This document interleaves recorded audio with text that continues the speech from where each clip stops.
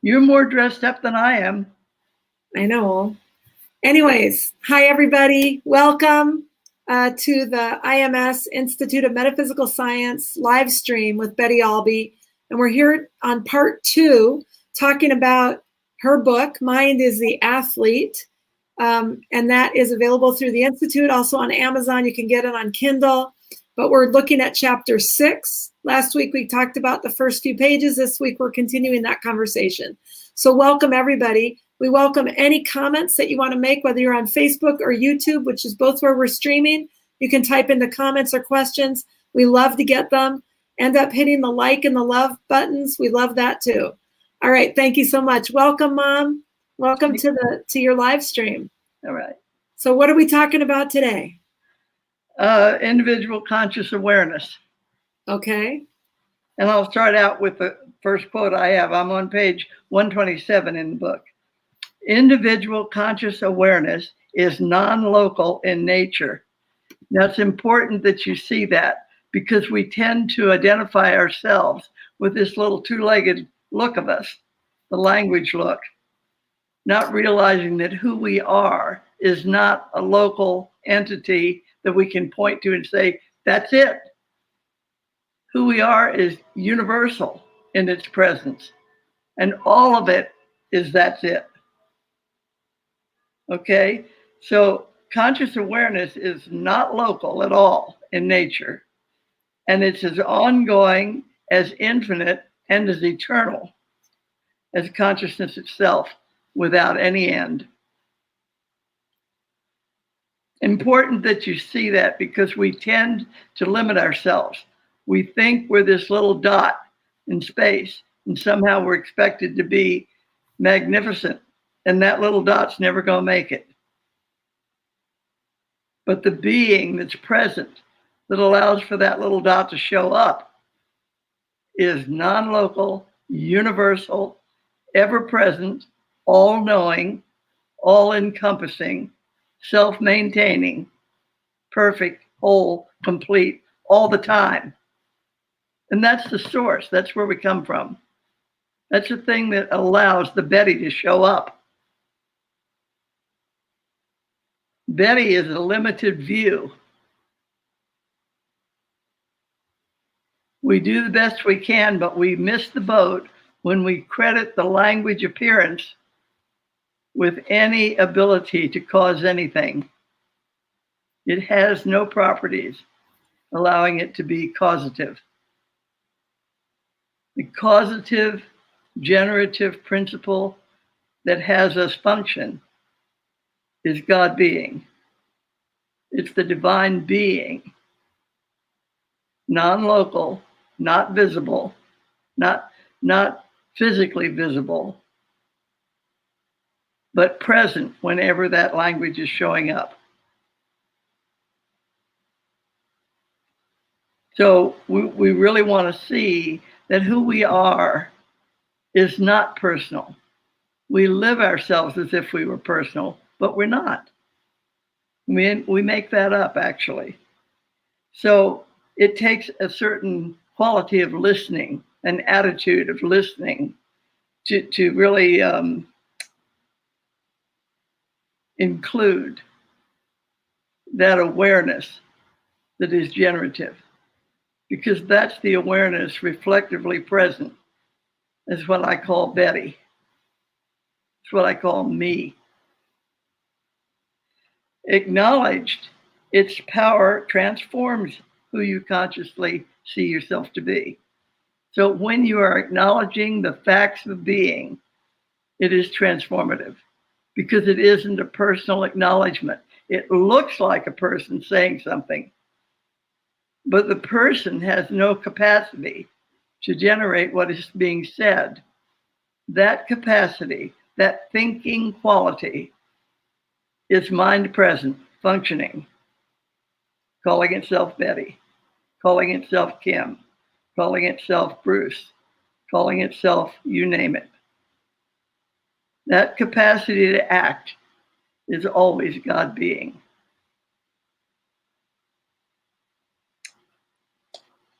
So the next little quote I have is, all awareness is the reflective presence of consciousness.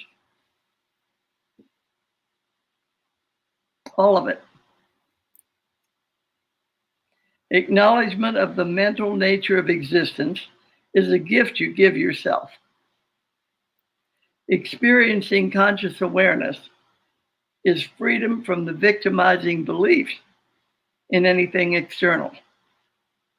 Nothing is external to being, being itself being, nothing at all. There's no point in space. There is no space. It's all a language phenomenon. It's something we make up to accommodate the best we can, explaining to ourselves what we're doing here. But it has no causative or generative properties. There's no out there, over there, beyond there, none of that. Really requires like a way out imagination to even begin to envision how magnificent and all-encompassing the being is that's being you right now. I don't know whether there are any comments or not up to now. Not yet. Okay. So the entirety that is mind is inconceivable.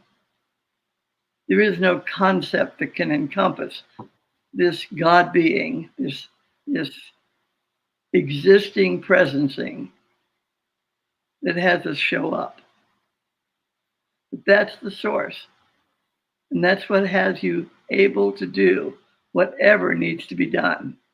And that's all inclusive. Nobody's left out.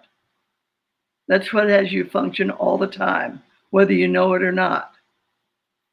You have some experience of dominion and freedom when you're aware, consciously aware of source. But it's what's going on, whether you have it consciously in your thought or not. Okay. Existence is the reflective presencing of one consciousness or universal mind. All existence, all the time, 24/7 and more. In Christian Science, there was a teacher named Bicknell Young. He was also a lecturer. And he said, "By my being, all being is." And that's a terrific statement, because the world you walk through is by your being. And it's being all that it's being out of who you being. You really are the world you walk through. And without you, there is no world you're walking through.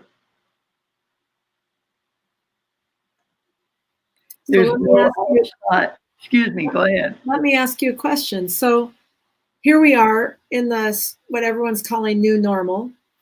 And it's starting to look like we're going to start opening businesses up again. And we're going to start opening movie theaters up again. And we're going to start, kind of opening business up.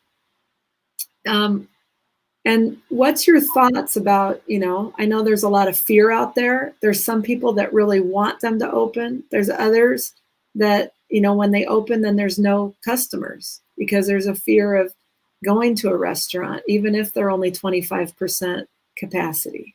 There's, all that stuff that's going on. Relate what you're talking about now to kind of some of that is going on. Okay. Number one, notice that when any information like that comes through the television, or you hear it one way or the other, computer could be it, or read the newspaper or whatever, the tendency of human beings is to be critical. We want to think there's a better way to do it.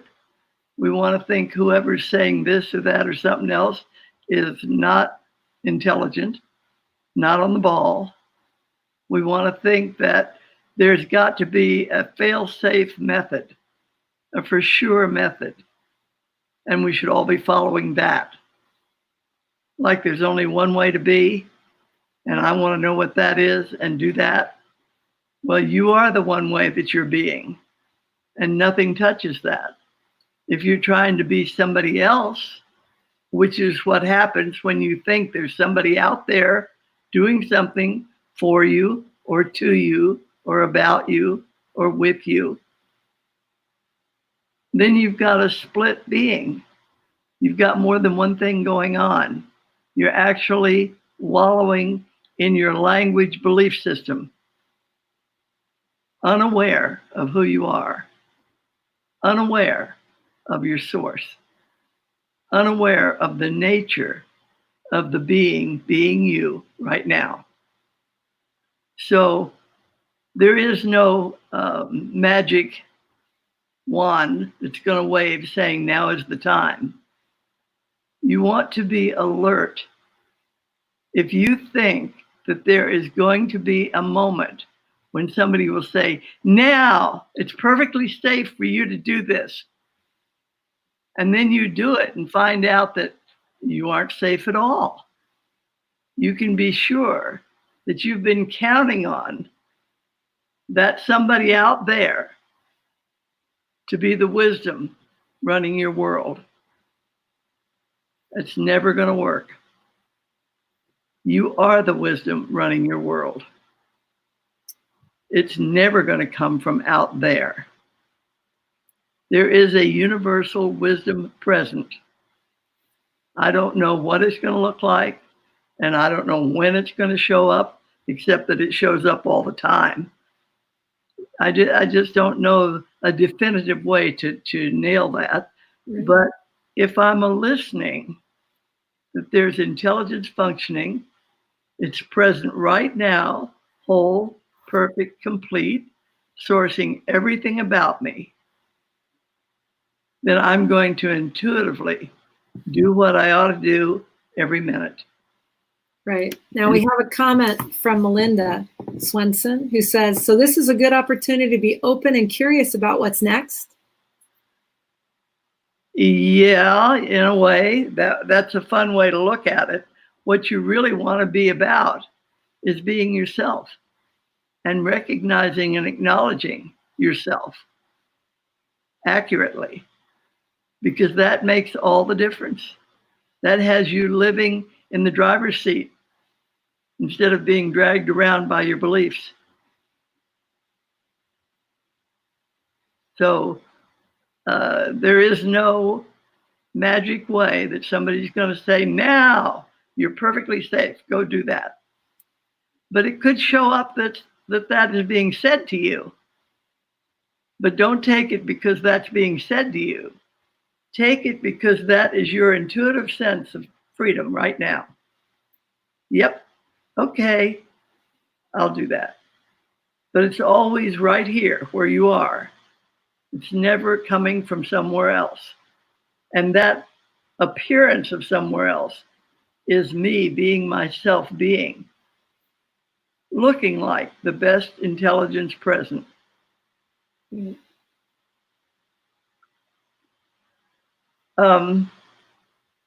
It's really valuable to stop dividing yourself from the world around you, as if there were some nut out there saying something that you know is absolutely ridiculous. Because when you do that, you have divorced yourself from your source. You want to stay present to the fact that there's one being. It's whole, perfect, complete, right now, right now, right now, right now.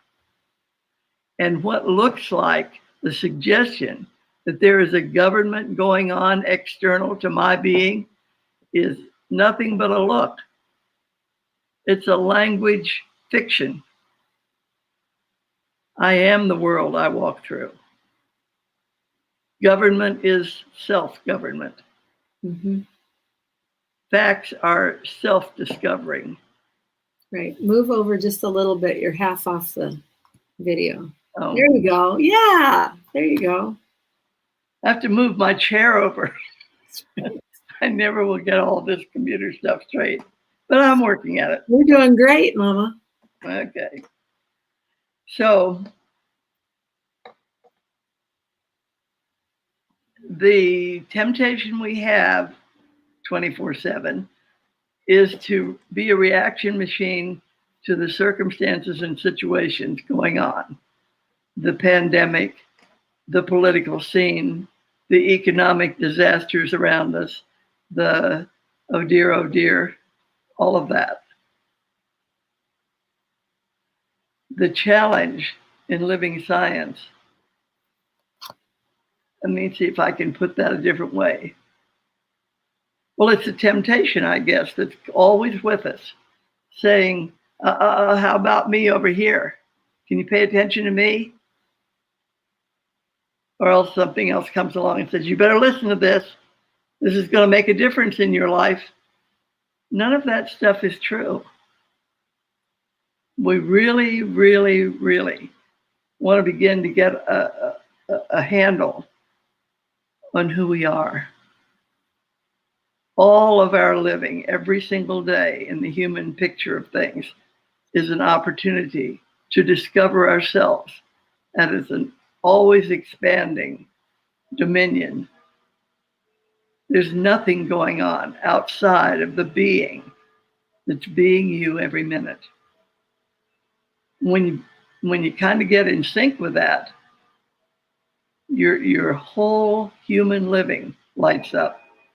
It makes a huge difference in your daily experience because your language shifts to report to you your accuracy or inaccuracy in identifying yourself. Yep. And Melinda came back and said, thank you. I was thinking in terms of being someone who's acted on.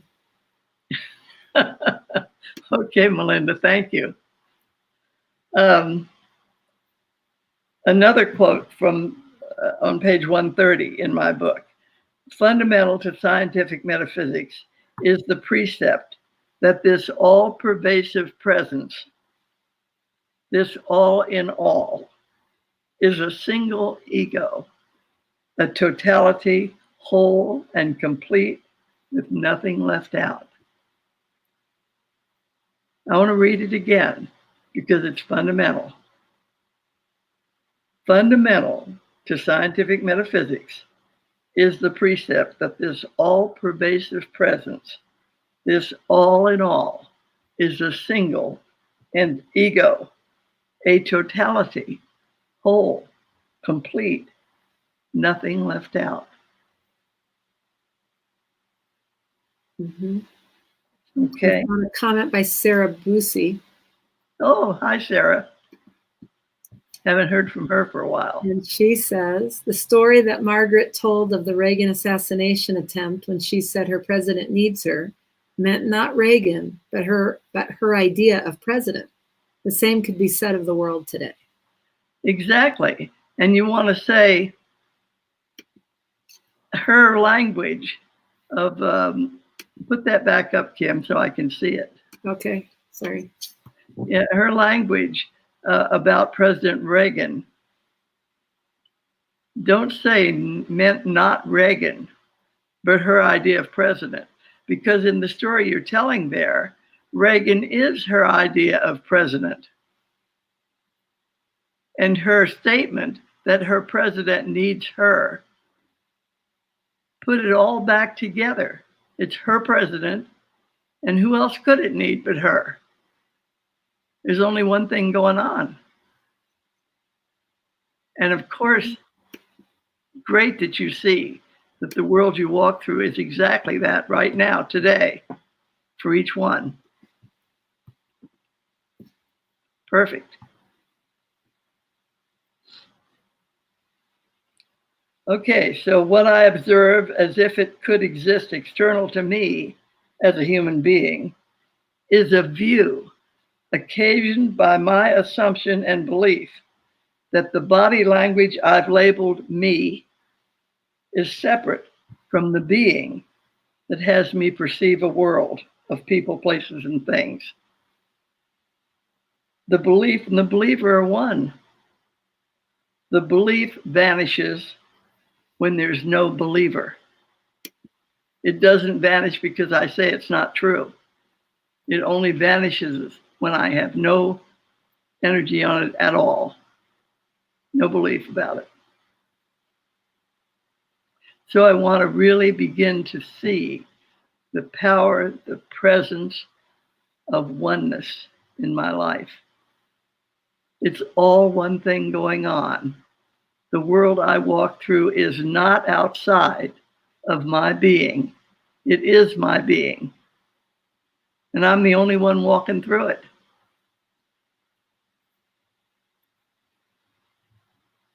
Any other comments, questions? Let me check. Sarah Boosie says, smiley face. Okay. There's nothing else, though, that's comment. All right. Well, that's it. We're going to go ahead with a few more pages in the same chapter next week. And we will be what time next week, Kim? Next week, we will be at 5 o'clock Pacific. We were late. 5:30. Well, we could do 5:30. 5:30 Pacific. We said 5 o'clock. Number one, make it firm. Okay, it'll be 5 o'clock Pacific. And it'll be Wednesday. And I apologize for the lateness today. So that was on me. But anyway, so we'll be Wednesdays at 5 o'clock Pacific, 6 o'clock Mountain, 7 o'clock Central, 8 o'clock Eastern. So spread the word. Come join us. We love the comments and all of that sort of thing. And we look forward to it. Here's a comment from Stan Bischow. Just a question. How do I get rid of the believer or the look? Is acknowledging something I do? If that's so, how do I do that? Or if that's being, how do I be that? Or how do I get that? I want perfection. I want it now. Is the picture something I can change? And wouldn't be a good time for the look to change? Depends on your look. How do I get rid of the believer or the look? You don't get rid of it. You leave it alone. It's a belief. It's not a fact. It's like, how do I get rid of 2 and 2 is 5? You don't. You work with 2 and 2 is 4 and leave the other one alone. It doesn't go anywhere. It doesn't do anything, and it's not effective. And it doesn't occupy any of your attention when you're working with 2 and 2 is 4. So when you know who you are as the reflective presence of the God idea, don't be concerned about the look of things. Be consciously acknowledging that that source is absolutely invincible, inexhaustible, whole, perfect, joyous, free, and reflectively, that's all the identity I have. Man exists as the conscious identity of the God idea. Living every day consciously aware has my day unfold as an opportunity to discover how universally powerful, magnificent the being is that's being me right now. I could talk for hours on that subject, Stan, so I'm glad you asked the question, and I'll be glad to answer more. Right. And so that you all know, that Institute of Metaphysical Science is a nonprofit organization. You can check out our website at scientificmetaphysics.org. We have Betty's book, Mind is the Athlete. We also have works from Margaret Laird and John Dorsey and others available there. We have open mics on the first Sunday of every month that you can sign up for and get a link. And those are Zoom conversations. We're going to do these live streams every week. You're welcome to join us. We have a live cast coming up in June. And we have a live cast with Betty for 2 days coming up in June. It'll be 9 to 1 each day. It'll go for 2 days. So that's coming up in June, and that will be up on the website very shortly. But again, if you have any questions, you can also reach out to us on the website. But there's a lot there available. We would love to have your participation. So thank you so much. And we look forward to seeing you next week. Bye-bye.